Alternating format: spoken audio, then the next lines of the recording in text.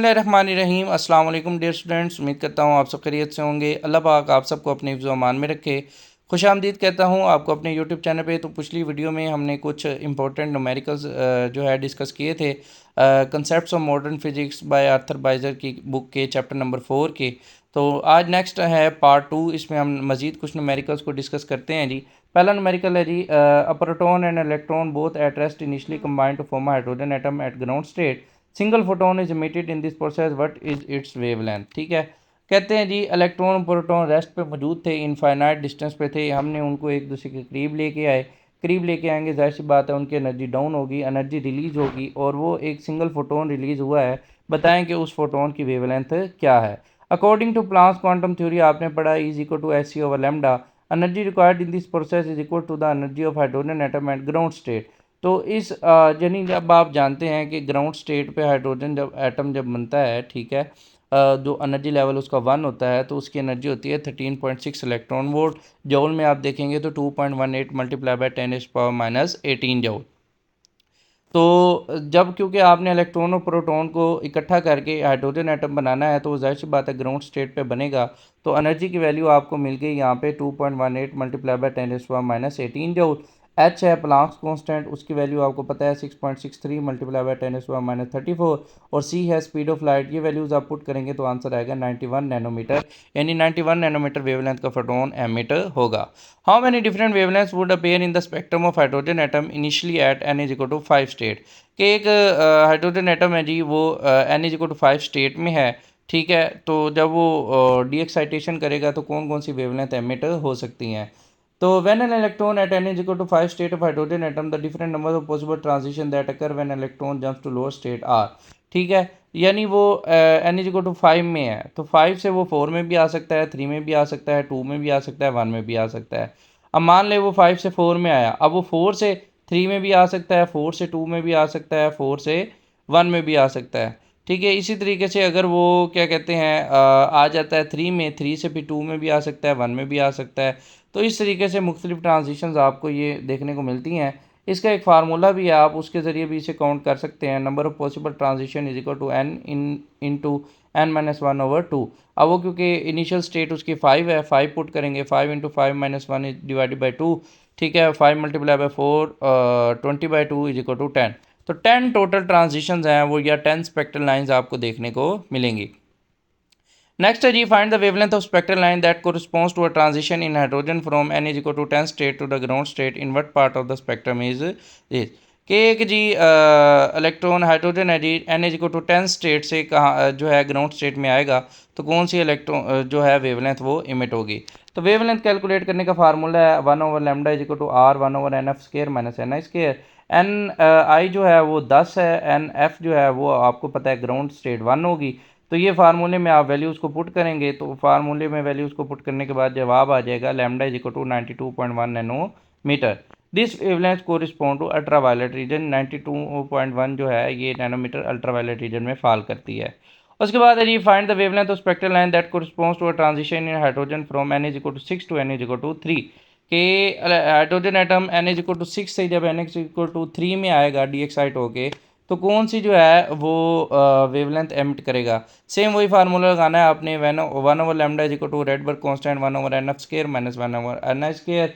N I जो है 6 है, एन एफ जो है वो आपका 3 है। फार्मूले में वैल्यू उसको पुट करेंगे तो लैम्डा आ जाएगा 1.094 माइक्रोमीटर। उसके बाद है जी, a beam of electron bombards a sample of hydrogen through what potential difference must be the electron have been accelerated if the first line of Balmer series is to be emitted. ठीक है जी, कहता है जी कि एक hydrogen atom का sample है, उसके ऊपर आपने बीम ऑफ इलेक्ट्रॉन की बम्बार्डमेंट करवानी है। इलेक्ट्रॉन्स की बम्बार्डमेंट किस पोटेंशियल डिफरेंस वैल्यू के साथ करवाई जाए कि वो हाइड्रोजन एटम एक्साइट होने के बाद जब डी एक्साइट होगा तो वो बाल्मर सीरीज की पहली लाइन जो है एच अल्फा लाइन उसको एमिट करेगा। ठीक है, energy of electron in nth orbit का फार्मूला होता है E N is equal to E1/n square. Ground state की एनर्जी जो है आपको पता है E1 कितनी होती है, -13.6 इलेक्ट्रॉन वोल्ट।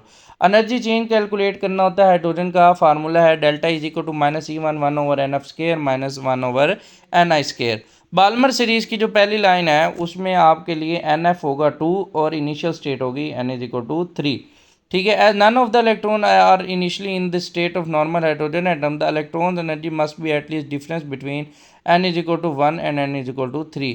क्योंकि वो कह रहा है जी, क्योंकि बाल्मर सीरीज़ का जिक्र उसने बाद में किया है कि हाइड्रोजन एटम कोई भी जो है उसने ये जिक्र नहीं किया कि वो बाल्मर सीरीज़ में होगा, क्योंकि सारे जो हैं वो ग्राउंड स्टेट में हैं। तो इसलिए हम इसके लिए n is equal to 1 use करेंगे और n is equal to 3 use करेंगे। ठीक है।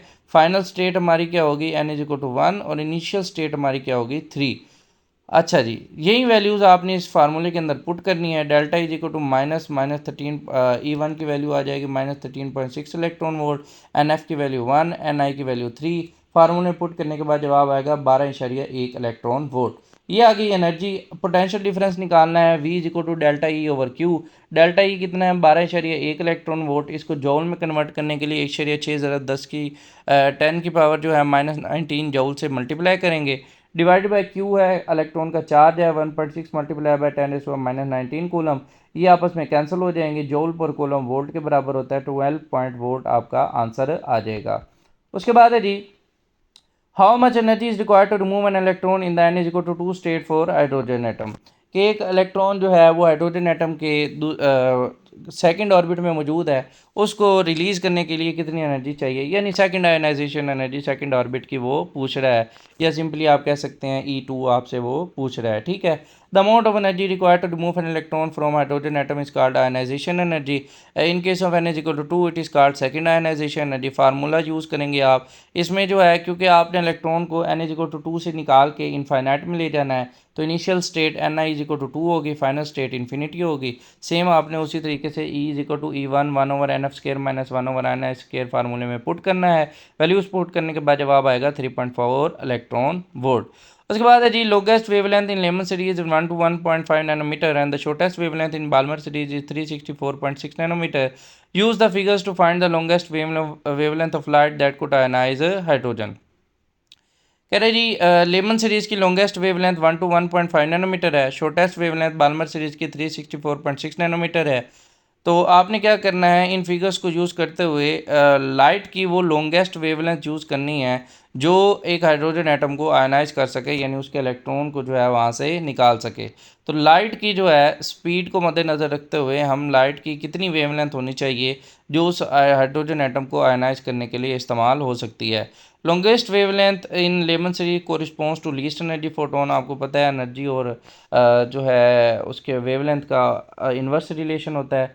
लेमन सीरीज़ की लॉन्गेस्ट वेवलेंथ का मतलब वहाँ पे एनर्जी गैप शॉर्टेस्ट होगा, और shortest wavelength in Balmer series corresponds to most energy photon as energies are inversely proportional to wavelength. Ionization energy क्या होती है, minimum energy need to remove an electron from hydrogen atom. Energy needed to ionize hydrogen will be the energy needed to raise the energy from ground state to first excited state plus energy needed to ionise an atom in second excited state. As energies are proportional to reciprocal of wavelength, the wavelength of photon needed to ionize hydrogen are। ठीक है जी। वो कह रहा है जिस energy से आपने हाइड्रोजन को आयनाइज करना है वो उस यानी उस एनर्जी जो उसको ग्राउंड स्टेट से फर्स्ट एक्साइटेड स्टेट में लेके जाएगी, प्लस वो एनर्जी जो उसको आयनाइज करके यानी उसे सेकंड एक्साइटेड स्टेट में या इन्फिनाइट तक लेके जाएगी, वो उसके बराबर होगा। इनका हम सम लेंगे। ठीक है। अब वेवलेंथ जो है वो एनर्जी के रेसिप्रोकल के बराबर होता है, तो एनर्जी की बजाय हम 1 ओवर लैम्डा यूज़ करेंगे। तो lambda is equal to 1 over 1 divided by lambda 1 plus 1 divided by lambda 2। ये एनर्जी 1 प्लस एनर्जी 2 है जो सम हम ले रहे हैं, उसकी जगह हमने वेवलेंथ यूज़ किया एनर्जी की जगह, क्योंकि हमने वेवलेंथ ही कैलकुलेट करनी है। हम आसानी के लिए एनर्जी का रेसिप्रोकल वेवलेंथ यूज़ कर रहे हैं। ठीक है। इसको जब आप सोल्व करेंगे उसके बाद आपके पास जवाब आएगा जी 91.13 मल्टीप्लाई बाय 10⁻⁻9 मीटर या 91.13 नैनोमीटर। यहाँ पे लैम्डा 1 जो है ये लॉन्गेस्ट वेवलेंथ है लेमन सीरीज़ की, और लैम्डा 2 जो है शॉर्टेस्ट वेवलेंथ है बाल्मर सीरीज़ की। उसके बाद है जी, longest wavelength in Lyman series is 1 to 1.5 nanometer. Use this wavelength together with the values of C and H to find the ionization energy of hydrogen. ठीक है जी। C और H स्पीड ऑफ लाइट और Planck constant को use करते हुए ionization energy of hydrogen आपने find करनी है। Minimum amount of energy needed to remove an electron from hydrogen atom is called ionisation energy. Longest wavelength जो है वो स्मॉलेस्ट एनर्जी और जो है जाहिर करती है, और energy released when electron moves from n is equal to 1 state. Corresponding wavelength निकालनी है आपने 1 over lambda is equal to r 1/nf² minus 1/ni²। ठीक है, तो फाइनल स्टेट आपकी क्या होगी, जो है वो 1 होगी और इनिशियल स्टेट आपकी क्या होगी 2। तो इसको आप जब हल करेंगे तो आपके पास आएगा R = 4/3 1/λ1। आयनाइजेशन एनर्जी जो है केस 1 में n=1 होगा और जो है टू n=∞ आपने अगर फाइंड करनी है तो 1/λ∞ ठीक है, एन एफ की जगह आप 1 पुट करेंगे और एन आई की जगह आप इन्फिनिटी पुट करेंगे 1/λ∞r। ठीक है, यहाँ आपको आर की वैल्यू मिल गई, R = 1/λ∞। ये इक्वेशन 2 से जो आर की वैल्यू है इसको आपने इक्वेशन 1 में पुट कर देना है। पुट करने के बाद आपके पास जो है वैल्यूज़ को जैसे ही आप पुट करेंगे जवाब आएगा 91.13 नैनोमीटर। ठीक है, वेवलेंथ आ गई। वेवलेंथ के बाद आपने एनर्जी निकालनी है, एनर्जी = hc/λ। ठीक है जी, एच और सी की और लैम्डा की वैल्यूज़ को पुट करेंगे तो आपके पास एनर्जी आ जाएगी 13.6 electron volt. Next study, an excited hydrogen atom emits a photon of wavelength in returning to ground state. Derive a formula that gives the quantum number of initial excited state in terms of wavelength and r. एक excited hydrogen atom है, ठीक है, वो एक photon को जो है emit करता है ग्राउंड स्टेट में आने तक। ठीक है, आपने फार्मूला जो है वो डिराइव करना है उसके क्वांटम नंबर का, जिस क्वांटम नंबर में वो यानी इनिशियल स्टेट में है। ठीक है, इक्वेशन जो है वेवलेंथ की निकालने की 1/λ∗r 1/nf² माइनस 1/ni² होता है। ठीक है, जब ग्राउंड स्टेट पे आएगा तो एन एफ हमारा 1 होगा। ठीक है, एन आई हमें मालूम नहीं है तो वही हमने फाइंड करना है। 1/λ∗r, एन एफ की जगह हम 1 पुट करेंगे माइनस 1/ni²। इसको हल करने के बाद हमारे पास आंसर आएगा 1/λ∗r माइनस r/ni²। ठीक है जी, मज़ीद इसको सॉल्व करेंगे तो हमारे पास जो है इसका एन आई का फार्मूला आ जाता है λr/λr-1 का under root. This is the required equation. आगे जी वो कहता है कि इस फार्मूले को यूज़ करके अगर इनिशियल क्वांटम नंबर 102.55 नैनोमीटर हो तो आप जो है वो अगर वेवलेंथ जो है फोटोन की वो 102.55 नैनोमीटर है तो आप एन आई जो है वो मालूम करें। एन आई का फार्मूला हमने अभी निकाला, wavelength multiply by R divided by wavelength multiply by r minus 1 under root. हमने यहाँ वैल्यूज़ को पुट कर देना है, रेडबर्ग कांस्टेंट और सारी अंडर रूट लेंगे, आंसर आएगा 3। तो ये है जी इनिशियल स्टेट, इस जो है क्वांटम नंबर 3 होगा गिवन कंडीशन के मुताबिक। Next है जी, when an excited atom emits a photon, the linear momentum of photon must be balanced by the recoil momentum of the atom। जब भी कोई एटम जो है वो एक्साइटेड एटम डी एक्साइट होता है और फोटोन एमिट करता है तो उसका जो लीनियर मोमेंटम है उसको रिकॉइल मोमेंटम के साथ बैलेंस किया जाता है। As a result some of excitation energy goes into the kinetic energy of its recoil. तो इस रिकॉइलिंग के दौरान कुछ काइनेटिक एनर्जी जो है वो इस्तेमाल होती है। तो इक्वेशन है ई एफ माइनस ई आई = h μ। इस इक्वेशन को मॉडिफाई करें इस इफ़ेक्ट को इस्तेमाल करके कि वो जो एनर्जी इस्तेमाल हुई है काइनेटिक एनर्जी रिकॉइलिंग में, इस एनर्जी की वैल्यू को निकाल कर यानी इस इक्वेशन को आपने मॉडिफाई करना है। उसके बाद रिकॉइल एनर्जी और फोटोन एनर्जी के दरमियान रेशो को फाइंड करना है। अगर n = 3 से n = 2 में ट्रांजिशन होती है और एनर्जी डिफरेंस आपको दिया है 1.9 electron volt, is the effect is major 1। ये भी बताएं कि ये इफेक्ट जो है मेजर होगा माइनर होगा और non relativistic calculation is sufficient here के नहीं। अच्छा जी, आगे जी स्टार्ट करते हैं इसका solution. If P is the momentum of the required atom and H μ/c is the momentum of the emitted photon using law of conservation of momentum. ठीक है, क्योंकि दोनों मोमेंटम ने एक दूसरे को इक्वलाइज करना है। रिक्वायर्ड मोमेंटम अगर हम फर्ज कर लें पी है और जो उसका इमिटेड फोटोन का मोमेंटम है वो एच μ/c है, तो कंजर्वेशन ऑफ मोमेंटम के मुताबिक ये दोनों एक दूसरे के इक्वल होंगे। P = h μ/c। Energy change जो है वो जब इनिशियल से फाइनल में जाएगा ई आई माइनस ई एफ जो है वो h μ + p²/2m के इक्वल होगा। m क्या है यहाँ पे, rest mass of the atom है and p is the momentum of recoil atom.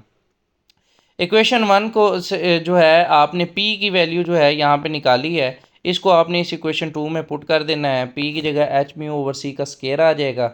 इसको हल करने के बाद हमारे पास इक्वेशन आएगी h μ × 1 + h μ/2mc²। Rest mass of hydrogen atom is mc², वो इतना होता है 939 mega electron volt. Hence the term h μ/2mc² is very tiny and can be neglected. अब क्योंकि ये आप देखें mc² की वैल्यू है 939 मेगा इलेक्ट्रॉन वोल्ट यानी मेगा 10⁶ के बराबर होता है। तो इस वजह से ये जो एच म्यू की value H mu over 2 mc² जो है फैक्टर इस इक्वेशन में, ये इस इक्वेशन में इसकी वैल्यू, क्योंकि mc² की वैल्यू बहुत ज़्यादा है तो ये फैक्टर जो है बहुत छोटा हो जाएगा। डिनोमिनेटर जितना बड़ा होता जाता है उसकी वैल्यू फिर जो है वो पूरे वैल्यू जो है वो डिक्रीज़ होती जाती है और इतनी छोटी हो जाती है कि हमेशा निगलेक्ट कर देते हैं। तो E I minus E F is equal to H mu रह जाएगा। ठीक है, the ratio of recoil energy to rest mass energy अब आपने निकालनी है। तो यहाँ आपने जो है रिकॉयल एनर्जी क्या थी, p² ओवर 2m, रेशो किससे निकालनी है, रेस्ट मास एनर्जी वो है एच म्यू। तो इनकी रेशो निकालनी है, p² ओवर 2m का आपने जो है p की वैल्यू है एच म्यू ओवर c, उसका स्केयर आ जाएगा divided by 2m divided by H mu. इसको सॉल्व करेंगे तो हमारे पास जवाब आएगा 1.01 multiply by 10⁻⁹ if v is the velocity of recoil atom then using equation 1 p is equal to H mu over c। ठीक है, तो M V is equal to H mu over C, M V is equal to E I minus E F over C. H mu किसके बराबर था, E I minus H E F और divided by C. Velocity जो है उसका formula यहाँ से आपको मिल गया, E I minus E F over M C, multiplying and dividing by C. C से मल्टीप्लाई भी कर दें डिवाइड भी कर दें तो हमारे पास आ जाएगा V is equal to E I minus E F C divided by M C square. Values को पुट करेंगे हमारे पास जवाब आएगा 0.60 metre per second. Next question है डियर स्टूडेंट्स के of the following quantities which increase and which decrease in Bohr model as N increases, कि quantum number बढ़ने से इनमें से कौन सी क्वांटिटी बढ़ेगी और कौन सी घटेगी। फ्रीक्वेंसी और revolution, electron speed, electron wavelength, angular momentum, potential energy, kinetic energy and total energy. पहली बात करते हैं जी वेलोसिटी की। वेलोसिटी का फार्मूला है E over 4πε0 M R under root. तो वेलोसिटी और एन का इन्वर्स रिलेशन है, तो क्वांटम नंबर बढ़ने से वेलोसिटी जो है इलेक्ट्रॉन की वो क्या हो जाएगी, कम हो जाएगी। ठीक है, स्पीड कम हो जाएगी। नेक्स्ट है जी वेवलेंथ। वेवलेंथ का फार्मूला है 1 over wavelength is equal to R 1/n² minus 1/ni²। तो वेवलेंथ और क्वांटम नंबर का डायरेक्ट रिलेशन है, तो क्वांटम नंबर बढ़ने से वेवलेंथ जो है वो बढ़ जाएगी। उसके बाद angular momentum M V R is equal to NH/2π, यहाँ भी डायरेक्ट रिलेशन है एम वी आर का एन के साथ, तो क्वांटम नंबर बढ़ने से एंगुलर मोमेंटम भी बढ़ जाएगा। नेक्स्ट है पोटेंशियल एनर्जी। उसका फार्मूला है -e² ओवर 4πε0 तो यहाँ आप देखें कि पोटेंशियल एनर्जी की वैल्यू है माइनस में और रिलेशन आ रहा है इन्वर्स। ठीक है, तो जैसे जैसे क्वांटम नंबर आप बढ़ाएंगे, जैसे जैसे आप क्वांटम नंबर बढ़ाएंगे तो पोटेंशियल एनर्जी की वैल्यू भी बढ़ेगी, क्योंकि माइनस में है ना, वैसे वो कम होगी लेकिन माइनस में जैसे जैसे वैल्यू कम होती जाती है वो उल्टा बढ़ती चली जाती है। सेम केस होगा काइनेटिक एनर्जी। अच्छा, काइनेटिक एनर्जी के साथ जो है वहाँ क्या रिलेशन है जी, me4/8n² तो यहाँ पे इन्वर्स रिलेशन है, तो n जैसे जैसे बढ़ेगा काइनेटिक एनर्जी कम होती जाएगी। टोटल एनर्जी की वैल्यू आपको पता है नेगेटिव में होती है सेम, और इसका भी इन्वर्स रिलेशन है। तो क्वांटम नंबर बढ़ने से एनर्जी की वैल्यू कम होगी, लेकिन वो क्योंकि माइनस में है तो माइनस में जो वैल्यू कम होती जाती है वो इनडायरेक्टली बढ़ती चली जाती है। तो हम कह सकते हैं कि क्वांटम नंबर बढ़ने से टोटल एनर्जी जो है वो बढ़ती है। फ्रीक्वेंसी और एवोल्यूशन का फार्मूला है Fn is equal to -e1/h2/n³। यहाँ बीच के साथ इन्वर्स रिलेशन है, तो n बढ़ने से फ्रीक्वेंसी कम हो जाएगी। Antiproton has the mass of a proton but a charge of electron. If proton and antiproton orbited each other, how far apart they would be in ground state of such a system? What might you think such a system could not occur? कि एक एंटीप्रोटॉन जो है और एक एंटीप्रोटॉन का मास जो है वो प्रोटॉन के बराबर होता है, लेकिन इसका चार्ज जो है वो अपोजिट होता है। ठीक है, प्रोटॉन पे पॉजिटिव चार्ज, एंटीप्रोटॉन पे नेगेटिव चार्ज। तो अगर हम इनको एक दूसरे के साथ ऑर्बिट करवाएं तो वो कितने फासले पे यानी किस रेडियस पे वो ऑर्बिट करेंगे, और क्या आप समझते हैं कि ये सिस्टम पॉसिबल है कि नहीं है। तो सबसे पहले हमने रेडियस निकालना है। सपोज करें कि एक एंटी प्रोटॉन पी माइनस जो है वो ऑर्बिट कर रहा है सर्कुलर ऑर्बिट जिसका रेडियस आर है वेलोसिटी वी के साथ। ठीक है, डायग्राम में आप देख सकते हैं एफ ई और एफ सी जो है सेंट्रीपिटल फोर्स और इलेक्ट्रोस्टैटिक फोर्स है। पी पॉजिटिव प्रोटॉन है, पी नेगेटिव एंटी प्रोटॉन है। सेंट्रीपिटल फोर्स क्या है, F C is equal to mu v² over R, mu reduce mass को शो कर रहा है। Electric force F E is equal to 1/4πε0 e² over r²। Dynamic stability के लिए दोनों फोर्सेस बराबर होंगी। बराबर करने के बाद v² का फार्मूला आ जाएगा आपके पास 1/4πε0 e² over mu R. Bohr postulate के मुताबिक angular momentum integral multiple of h/2π के इक्वल होगा mu V R is equal to NH/2π। Both side का स्क्वायर ले लेंगे। स्क्वायर लेने के बाद हमने क्या करना है, वी स्क्वायर की आपने वैल्यू इक्वेशन 1 से पुट कर देनी है 1/4πε0 e² over mu are r² n² h² over 4π²। यहाँ से आप आर की वैल्यू निकाल लेंगे N square H square epsilon naught over pi mu E square. उसके बाद जी for ground state N is equal to 1 mass of proton and antiproton आपको दिया गया है। चार्ज ऑफ प्रोटॉन और एंटी प्रोटॉन होगा एच होगा एप्सिलॉन नॉट होगा। रिड्यूस मास निकालने के लिए mu is equal to M M over M plus M, क्योंकि दोनों का मास बराबर है तो ये एम स्केयर ओवर 2m हो जाएगा। एम से एम कैंसिल हो जाएगा, एम ओवर 2 बराबर आ जाएगा 0.835 मल्टीप्लाई बाई 10⁻⁻27 kg। ये तमाम वैल्यूज़ आपने जो है वो रेडियस वाले फार्मूले में पुट करनी है, तो रेडियस आ जाएगा 57.9 फेम्टोमीटर। अच्छा जी, उसके बाद है जी when a particle comes near, अब वो कहता है जी जब भी एक पार्टिकल्स अपने एक एंटी पार्टिकल यानी दोनों का मास बराबर हो लेकिन दोनों का चार्ज अपोजिट हो, एक दूसरे के करीब आते हैं तो दोनों एक दूसरे को अट्रैक्ट करते हैं और एनहिलेट हो जाते हैं, यानी आपस में टकरा के तसादुम होता है उनका, और उनका जो रेस्ट मास है वो एनर्जी में कन्वर्ट हो जाता है, वो ख़त्म हो जाते हैं। जब भी एंटी प्रोटॉन एनहिलेट करता है प्रोटॉन के साथ तो वहाँ पे 3 चार्ज पायोन्स एंड 2 न्यूट्रल पायोन्स जो है प्रोड्यूस होते हैं। न्यूट्रल पायोन्स का बहुत शॉर्ट लाइफ टाइम होता है और वो immediately high energy gamma rays में कन्वर्ट हो जाते हैं। Due to this reason proton और एंटी प्रोटॉन का सिस्टम जो है ये पॉसिबल नहीं है। अच्छा जी, नेक्स्ट है म्यून है उसका, वो जो N is equal to 2 state में है muonic atom whose nucleus is a proton. Find the wavelength of photon emitted when the Munich atom rose to its ground state. In what part of spectrum in the is this wavelength? एक muonic atom है जी, ठीक है, वो N is equal to 2 state में है, वहाँ से वो फाइनल यानी ground state N is equal to 1 में आता है, तो कौन से फोटोन की एनर्जी वो जो है वेवलेंथ एमिट करेगा और वो वेवलेंथ किस स्पेक्ट्रम में आती है। तो सबसे पहले अगर हमने वेवलेंथ का जो है वो यूज़ करना है फार्मूला, उससे पहले हमें इसका रिड्यूस मास जो है वो फाउंड करना पड़ेगा। मास ऑफ म्यून जो है M is equal to 207 mass of electron के बराबर होता है, और मास ऑफ प्रोटॉन जो है वो आपको पता है 1836 टाइम्स मास ऑफ इलेक्ट्रॉन होता है। तो रिड्यूस मास का फार्मूला निकाल लेंगे आप, M dash is equal to M M over M plus M. तो यहाँ मास ऑफ जो है म्यून आप स्मॉल एम की जगह पुट करेंगे और कैपिटल एम की जगह मास ऑफ प्रोटॉन, तो आपके पास जो इसका रिड्यूस मास आएगा 186 मास ऑफ इलेक्ट्रॉन। ठीक है जी, यहाँ से एम ई इधर मल्टीप्लाई हो रहा है उधर जाके डिवाइड हो जाएगा, M dash over M is equal to 186।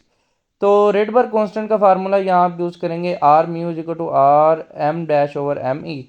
तो यहाँ आपने कैलकुलेशन लगा देनी है जी, 1/λ वेवलेंथ कैलकुलेट करने के लिए R mu 1/nf² minus 1/ni²। Are की जगह आर म्यू की जगह आप उसका फार्मूला पुट करेंगे R M dash over M E, बाकी सारी वैल्यूज़ पुट करने के बाद आपको वेवलेंथ मिलेगी 6.53 एंगस्ट्रॉम, और ये एक्सरे रेंज के अंदर आती है। उसके बाद ये पॉजिट्रोनियम और हाइड्रोजन की आयनाइजेशन एनर्जी को कंपेयर करना है। आयनाइजेशन एनर्जी क्या होती है, ग्राउंड स्टेट एटम में से इलेक्ट्रॉन को रिमूव करने के लिए जो रिक्वायर्ड एनर्जी है उसे आयनाइजेशन एनर्जी कहते हैं। मोशन ऑफ द न्यूक्लियस अगर आप कंसिडर करते हैं तो आपको रिड्यूस मास लगाना पड़ेगा, ठीक है जी, और एनर्जी लेवल होगा -m-e4/8 epsilon not square H square N square, और रिड्यूस मास का फार्मूला होता है M M over M plus M. ठीक है जी, since proton is very massive compare to that of electron, reduce mass of hydrogen atom is nearly same as that of mass of electron. ठीक है जी, तो therefore हम above equation को लिख सकते हैं E of hydrogen energy -e² divided by 8 epsilon not square H square N square, क्योंकि वो कहता है जी हाइड्रोजन का जो प्रोटॉन का मास है वो ज़्यादा मैसिव होता है एज़ कम्पेयर टू इलेक्ट्रॉन, तो जब हम उसका रिड्यूस मास निकालेंगे वो तकरीबन हाइड्रोजन एटम के बराबर आ जाएगा, तो इसलिए हम एम को यूज़ कर सकते हैं। द ग्राउंड स्टेट एनर्जी जो है वो आपको पता है -13.6 इलेक्ट्रॉन वोल्ट होती है। आयनाइजेशन एनर्जी क्या होगी, +13.6 electron volt. In case of positronium in which electron is captured by positron whose mass is same as that of electron, the reduce mass will be. अब क्योंकि यहाँ पे पॉजिट्रोनियम है, यहाँ पे जो प्रोटॉन का मास है वो कहता है वो यानी जिसने इलेक्ट्रॉन को कैप्चर किया हुआ है उसका मास इलेक्ट्रॉन के बराबर होता है, तो इसका रिड्यूस मास हम पहले निकाल लेंगे।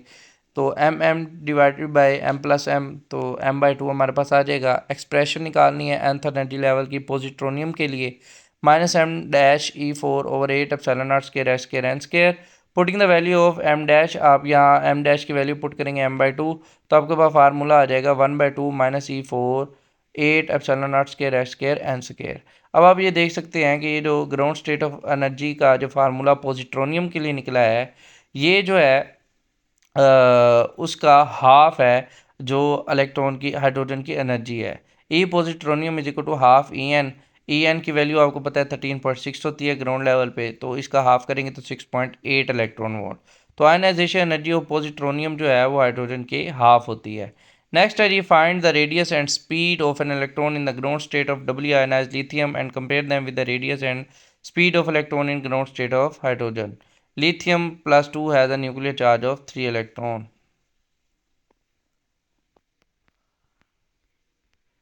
The Bohr radius of hydrogen atom is given as, Bohr radius जो है हाइड्रोजन का आपको पता है R1 0.529 एंगस्ट्रॉम होता है।